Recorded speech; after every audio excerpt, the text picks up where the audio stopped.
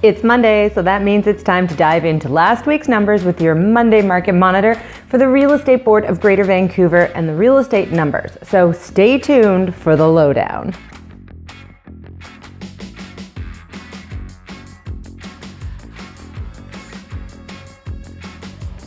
Welcome back and thank you for being here for your Monday Market Monitor as we look back at the August 8th to August 14th numbers for the Real Estate Board of Greater Vancouver.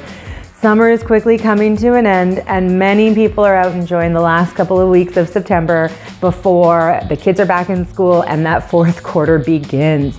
And with so many people out doing other things, they're definitely not focused on real estate, which is reflected in the market and happens to be typical market cycle for our residential real estate market here.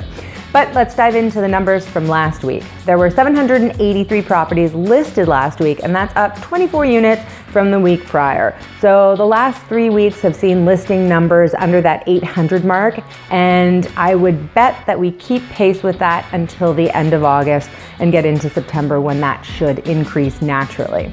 So nothing outstanding about that number this week, but what caught my attention was the expired listings from last week. So 75 listings expired or came to the end of their term. And what's fascinating about this number is that if you remember from last week's video, that is a massive drop because the week previous, 279 listings expired.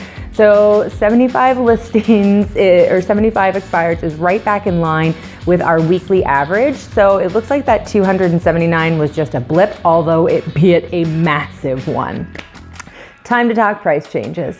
Last week, 328 listings adjusted their prices, which is up slightly from the 298 from the previous week. That is still 328 sellers chasing the market down and looking for that elusive summer sale.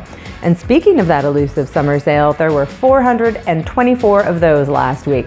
And for those 424 lucky sellers, they spent on average 27 days on the market and 24.2% of them sold at or above list price. So multiple offers are still happening. And it will come as no surprise when I say that out of those 424 sales, 246 of them were under $1 million. And I've been saying this for a while, entry-level product is still moving. And if you have something to sell in that price range, there is still a good demand for it.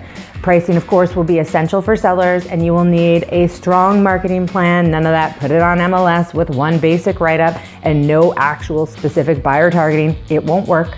And if you're thinking of selling and hitting the market strong when the buyer pool is back and in action, then consider getting your ducks in a row now. That means the cleaning, the prep work, choosing the right real estate agent, familiar with marketing properties in a moderating market.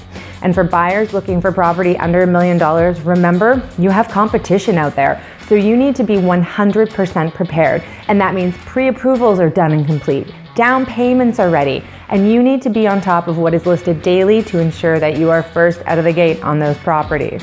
And if you don't want to compete, not a problem. Then consider getting the best real estate agent to help you looking for off-market properties. All right, well, that's all for this week's Monday Market Monitor. And if you have real estate questions, I've got real estate answers. So reach out and find out how I can help you reach your real estate goals. Thanks for tuning in, and we'll see you in the next video.